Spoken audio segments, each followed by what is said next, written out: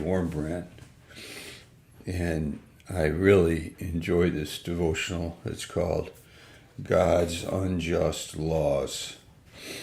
It's a book called Sermons in Solitary Confinement by Richard Wurmbrand. God's Unjust Laws. And he basically argues that because people are unequal in their abilities and their mindset, that to ask one person to keep a law is and maybe that person has the capacity to keep the law, but then to another person they don't have that same capacity, so the law is unjust. This is a little bit tongue-in-cheek. I mean, he's arguing in the sense God said it's not good for man to be alone, and Richard Wurmbrand is in confinement, solitary confinement, and the Lord knows that it's not good for him to be alone, but he is alone, and Richard Wurmbrand holds God accountable for that, and that if he could talk to God, he would argue the case that you said it's not good for me to be alone, but here I am, and you've done that.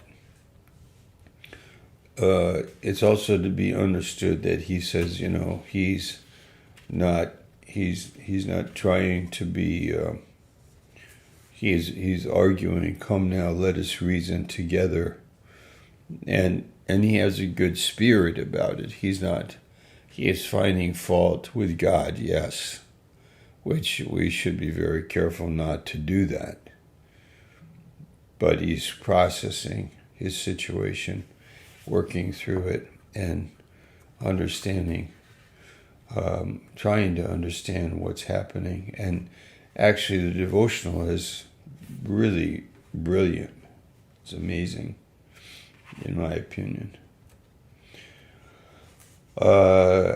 Honor your father and mother is a law. And then, but I have known people who reacted, honor is said to those whose fathers are saints and good men. But I have known people who reacted violently against this commandment. All they could remember was their father was a drunkard and beat them unjustly, or their mother abandoned them. In my congregation, I had a girl who had been raped by her father. Your law is not just. It commands us to honor every father, every mother, even the one who has bequeathed to me a criminal heredity. I have to honor my superiors in the church. Some of them have chosen martyrdom. Others have become stooges of the communists. And I have to honor both categories. It is your law, but an unjust one. You shall not steal is said to a billionaire who has more than he will ever need. I'm terribly hungry and would steal bread if only I could find it. But in doing this, I would be breaking one of your unjust laws. You shall not bear false witness is a law for the man who has no reason to lie, or perhaps is not even able to do so, not having the slightest imagination. It is also for me who have to answer the communist interrogator. If I tell him the truth he asks me, appealing to my Christian obligation, many other arrests will follow. All right, so I have one last one.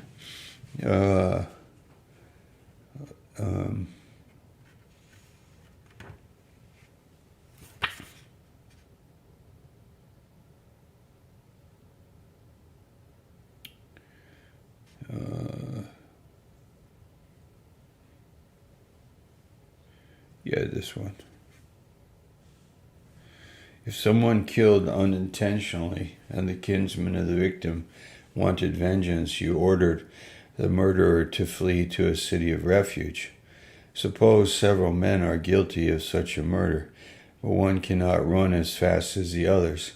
Not everyone can run uphill at the same speed. The one who runs well reaches a city of refuge and is safe, although he is as guilty as his comrade, and the slower man is killed by the avenger.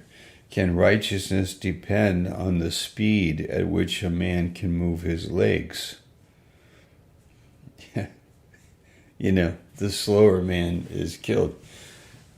So the point, of course, is that we have come to that, what we understand, Romans 7, what shall we say then? Is the law sin? Certainly not. On the contrary, I would not have known sin except through the law. So is the law, even though it is unjust in a certain context, but it is not unjust because it's God's law, and through it we see his righteousness. But in fact, being sinners and human beings in an imperfect world, we cannot keep the law. So from our point of view, like the law is used to condemn us of sin and our weakness and our failure, so it brings us to Christ. For Christ is the end of the law to everyone that believes. Christ is the point. Christ is the second person of the Trinity. He is the fulfillment of where God is bringing the human race. But the law cannot produce the righteousness for the unprofitableness thereof. Hebrews 7:18. Let's read that. Hebrews 7.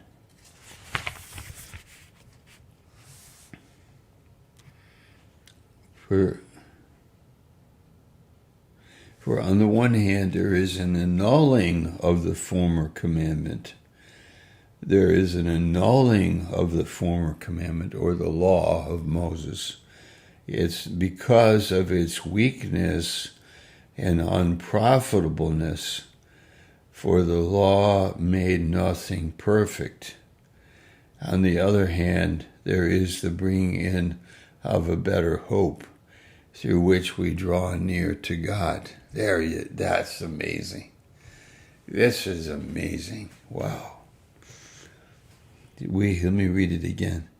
For on the one hand, there is an annulling of the former commandment because of its weakness and unprofitableness. All right, so Richard Wurmbrand's meditation in the cell on God's unjust laws is a good point. But God is also saying that by the law in itself, in the keeping of it, or in the breaking of it, in the inability to keep it, none of that could really fulfill what God is looking for, which is the relationship with him. The law can separate me by my inability to keep it, and even in keeping it, I might find that it's in a sense unjust.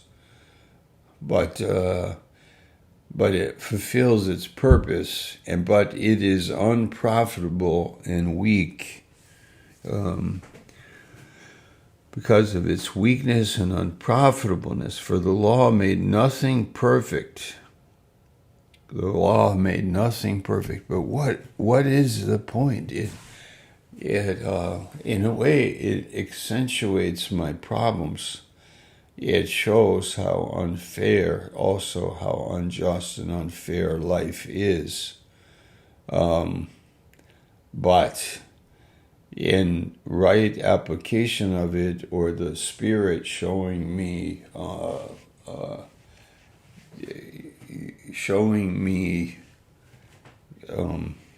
my poverty, my arguments, my frustrations, injustices, and so on.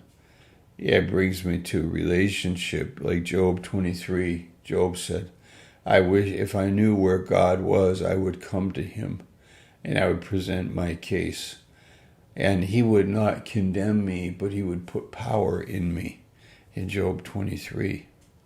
It's an amazing chapter. So Richard Warren Brent tells the story that once he was rebuking his son and angry with him, correcting him, and the son didn't look at him in the face. And Richard Warren Brent said to his son, why aren't you looking at me in the face? And the son said, because I don't want to see the anger in your mouth, but I want to look at the kindness that's in your heart. And in a way, when God speaks to us through the law, there is the anger, the understanding of our failure, our emptiness, our wrestling with things, but we can look at his heart, and then he gave us his son. He gave us grace. He has accepted us. And the verse 18 says, Hebrews 7:18, it says, for the law made nothing perfect. On the other hand, there is the bringing in of a better hope, through which we draw near to God. So we see his heart. We draw near to his heart. Therefore, let's be very gracious to each other, very kind, very much forgiving, very much loving, and see the heart of God. Okay, amen, God.